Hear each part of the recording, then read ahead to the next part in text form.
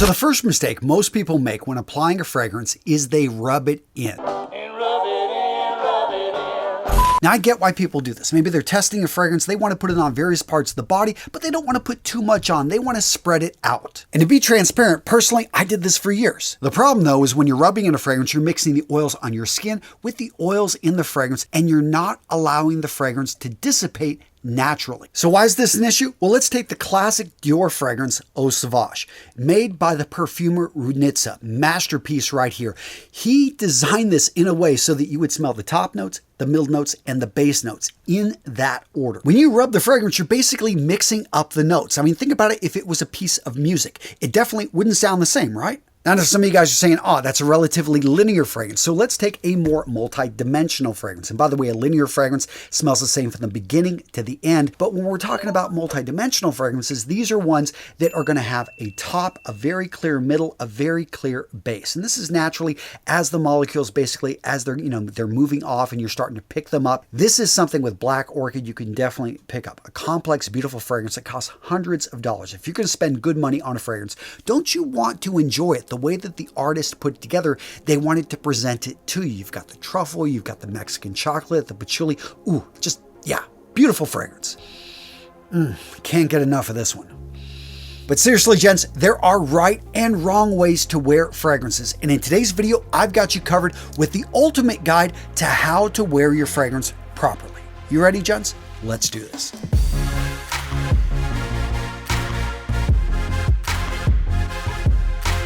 So the second mistake you want to avoid making when wearing a fragrance is the mist cloud. Now, if you're in a low gravity situation and you've got a cologne fragrance and yeah, you have a lot that you're okay wasting, you can, I guess if that's your habit, go for it. But I think for most of us, especially again, if you're spending a lot of money on a great fragrance, you don't want to do the mist cloud because more than half of that stuff does not end up on you. Instead, it ends up on the floor and it's just a big waste. Now specifically, what are my rules for applying fragrance? Well, first up, I apply it in the morning right out of the shower. I like to apply it on a clean body. I know some people use fragrance to cover up their smell. I do think someone should shower daily. That being said, I usually wait about 5 to 10 minutes after getting out of the shower. This is just natural for me. I've got my routine. I'm going to dry off. I'm going to usually shave. I'm going to apply lotions, all things like that.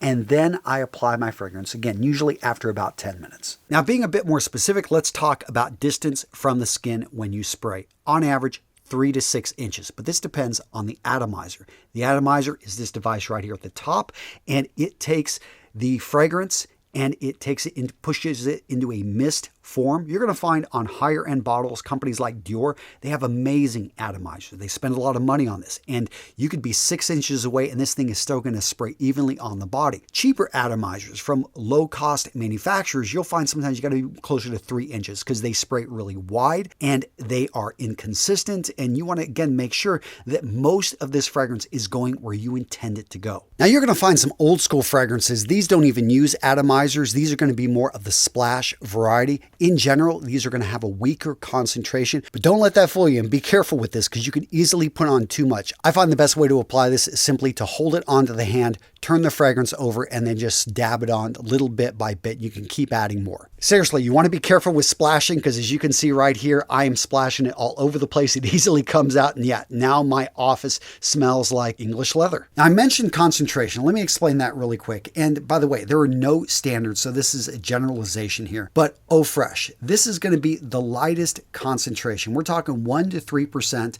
of fragrance oil mixed in with usually alcohol. So this is going to be something that we'll see a lot of just simple, clean aftershaves, colognes. And the alcohol makes sense for an aftershave because it was made to clean up cuts. It was a disinfectant first. Now, colognes in of themselves are going to be relatively weak. And when I say colognes, perfumes, fragrances, I'm kind of mixing the words together because I know in general in the United States, and we're talking about a men's fragrance, we say cologne. And besides being a city in Germany, it has a definition in the fragrance industry, which is about 2 to 5% concentration. So again, you can have about 5% fragrance fragrance oil mixed in with about 95% alcohol. So it's going to be about twice as strong as we see those eau freshes. Next up, we've got EDTs, and the concentration here about 5 to sometimes 15%. It's really all over the map. And by the way, an EDT is not necessarily going to be even stronger than a cologne when it comes to projection and smell. Again, there's no standards here, but usually we will see a higher concentration of the fragrance oil. Next up, we've got eau de parfums at about 15 to 20%, sometimes a little bit higher. And then we see parfums. Again, no standard here, 20 to sometimes 40%. At that point, it gets really hard for the atomizer to even work with that much oil.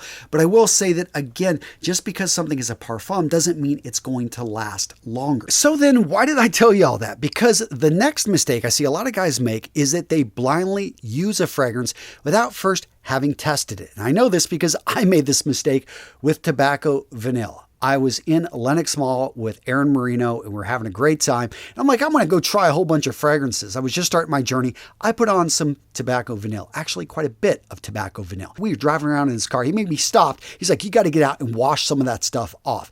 It was way too powerful. I mean, I probably sprayed on like 5 times because, it was free. I was just a sample.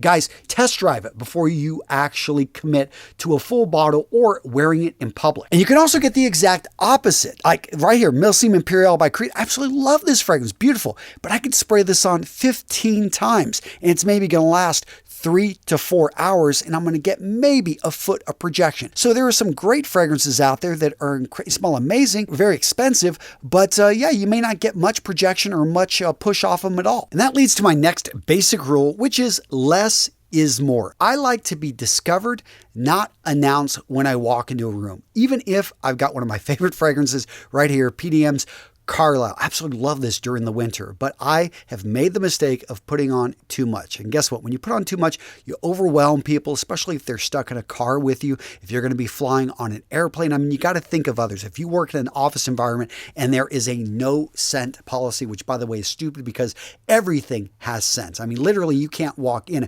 Your body naturally has a scent.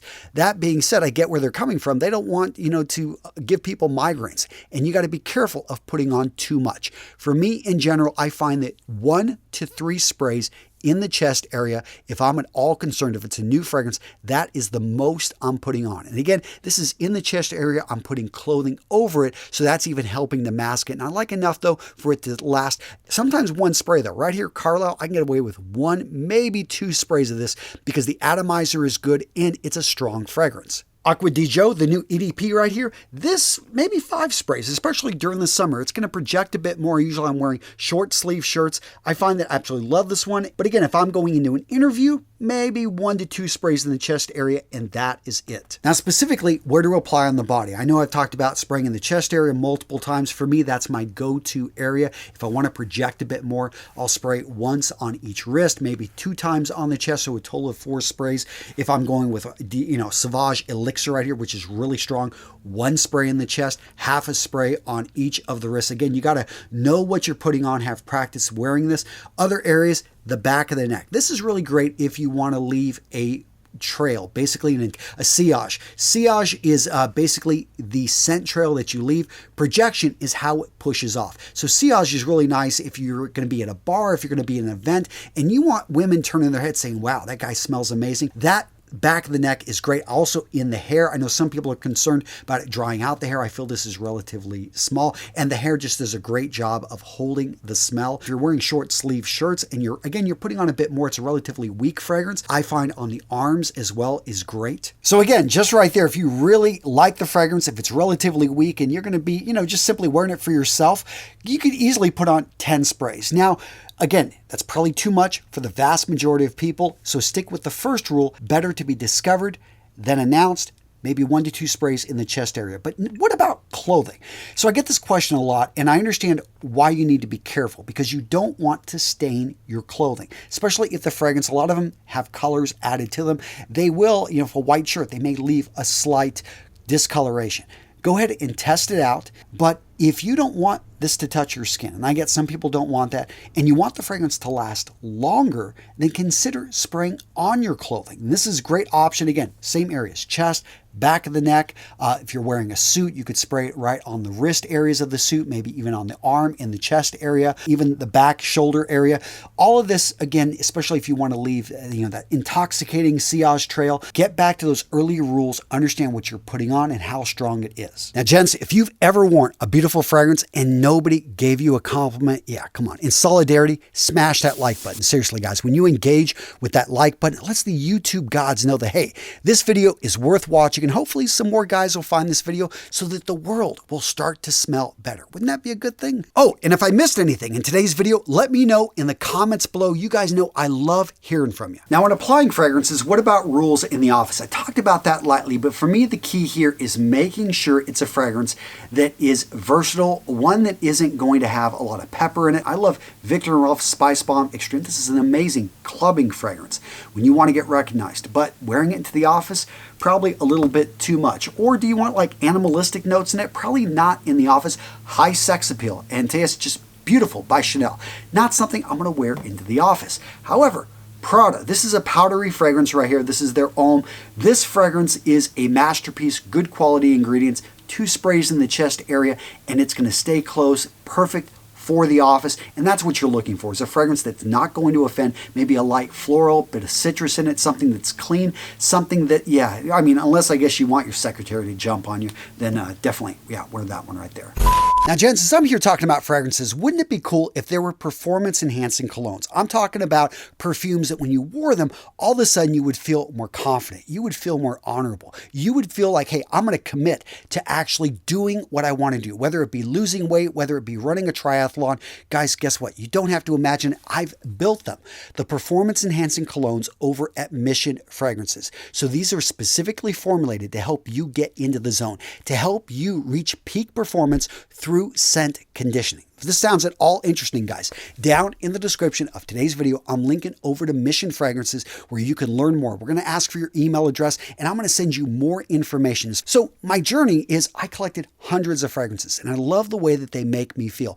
But I kept finding all this research, because I studied the science of style, about how fragrances have proven to do this, do that. I mean, even the trucking industry was using certain notes to keep truckers awake. And I'm like, wait a minute, why isn't anyone developing a set of fragrances that are specifically formulated to help men reach peak performance? So that if you got to give a presentation, your boss's boss, guess what? You wear courage because you've conditioned yourself to feel more courageous when you wear this. Or if you want to be more honorable when you're traveling, when you just simply want to stand for your ideals, or you want to be more committed, again, to accomplishing the goals. Guys, we've designed these fragrances in a way, and there's a whole course that goes with these that teaches you how to use them so that you can become the man you know yourself to be. Again, if this all sounds interesting, check out the link down in the description of today's video, or just type in Mission Fragrances, you'll find us.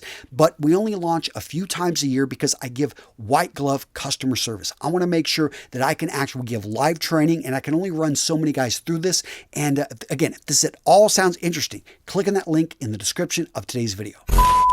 Now, another mistake I see a lot of guys making when it comes to fragrance is that they don't choose their own fragrance. They get something as a gift and they wear it. They actually don't like it that much. You've got to trust that you can actually identify scents and fragrances that work with your body. This is actually, I've got data on this. I've read the research. Men naturally can pick up what's going to amplify, what's going to work with their natural scent. So trust yourself, and don't trust scent strips. Yes, they're nice, they're convenient, they make it easy, but you actually need to put it on your skin and see how it reacts. I like it when a guy tries one fragrance, he gets a sample, or maybe he goes into a duty-free, tries one on. Don't try, 3 on. I've done this, it just doesn't work. And really, when it comes down to it, even if you're using sampling, the sticks and stuff like that, they really, once it goes beyond 3, you can't tell the difference. Your nose basically is overwhelmed. And I know people talk about, oh, just smell some coffee, or those coffee beans. That is not proven. That is a bunch of bull. That stuff does not work. There's a whole story behind it, where that came from. Point being is trust your own nose and find something that you absolutely love, and then you're going to have what could be a signature scent, maybe something for the season. Let's talk about that. So when applying fragrances, is there one that you should apply during the summer, winter, fall, spring? Okay, so all this pertains to basically temperature and feelings that certain fragrances evoke. So right here, I've got, again, the classic Eau Sauvage. This is going to be a citrus, light, fresh, old school fragrance. Definitely one that, Alain Delon or somebody like that would be pulling this thing off. Your grandfather probably wore this, and I think that modern men could wear this and smell great. Just an amazing fragrance. But this is more geared towards brighter summer, hotter temperatures, just because it's lighter. It's the citrus, the florals, maybe some of the aromatic notes in this. Next up, Giorgio Armani, Stronger With You Intensely. This one right here is perfect for winter. Why? It's going to be deeper, richer, sweeter, heavier. Just think about that. During the winter, you want something that is going to kind of wrap around you like a hug. That's exactly what these heavier, deeper fragrances, but there are other characteristics, because if you're going out to a club during the summer, it's relatively cool. This would be a great fragrance to wear. Why? Because the ladies in general love fragrances that are sweeter, that are deeper, that are richer. Now, what about wearing unisex fragrance or women's fragrances? Guys, there is no sex to a fragrance. This is something marketers made up, so you can wear anything that you think smells great. In fact, I just did a video talking about baseball players, and one of them, he was wearing Victoria's Secret, and he had great, it was basically a performance enhancer for him. So so I tried Velvet Orchid, a little bit too sweet for me, and in general, that's what you're going to find with a lot of women's fragrances.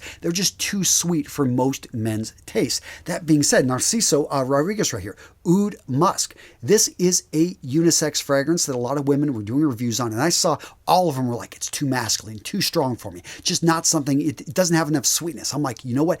I'm going to try this, and lo and behold, this thing is absolutely beautiful, and I love it because if you're looking for a unique fragrance that no other guy's going to be wearing, then you bring in something unisex, it really sets you apart. Now, the next question is, should you wear fragrance daily? My answer is yes. I love wearing fragrances because they enhance my mood, they make me feel better about myself. I'm wearing them for me, but I get it. Sometimes fragrances are expensive and you're like, okay, special occasions. In that case, I would say, you know what? Are you going with something popular? Does it have a cologne version that you could wear this, Monday through Saturday, and then Sundays when you're heading to church, then wear your best? Or maybe build up a collection, have 4 fragrances that you rotate through. At the end of the day, 100 ml bottle, you're going to get like 1,400 sprays. So even if you're putting this on, 3 to 4 sprays a day, that's going to give you a full year of use, which I would rather go through and continue to use these things than not use them at all. And that brings up the important question, are fragrances actually dangerous? Can you overuse them? So I haven't heard of anyone actually overdosing on fragrances, but I will say, hey, this is hitting your skin. With anything, water, you can drown. You can get too much water here. It is something that I say don't go overboard. Don't go in excess. And if you're worried at all, just simply spray on your clothing, put a little bit less on. But like I said, everything has a smell. And for me, I want to, we're all going to smell. I want to smell good. Now, what about reapplying fragrances? So the first rule here is, have you just gone nose blind? That fragrance you put on 3 hours ago, I know you can't smell it now, but go for a walk. Come back in and smell yourself. And if you can still smell it, it's just simply you became nose blind. This is a very natural thing that our body does, so that after, even like 10 to 15 minutes, we become accustomed to a smell so that we're able to pick up other smells. That being said, having a 200 ml bottle of a fragrance is not something that's easy to carry around, especially if you're traveling, going through airport security. I love travel atomizers. In fact, I love them so much I ended up buying like 1,000 of them with my logo and stuff. I'm still trying to figure out how to ship these out to some of you guys that are awesome commenters down below.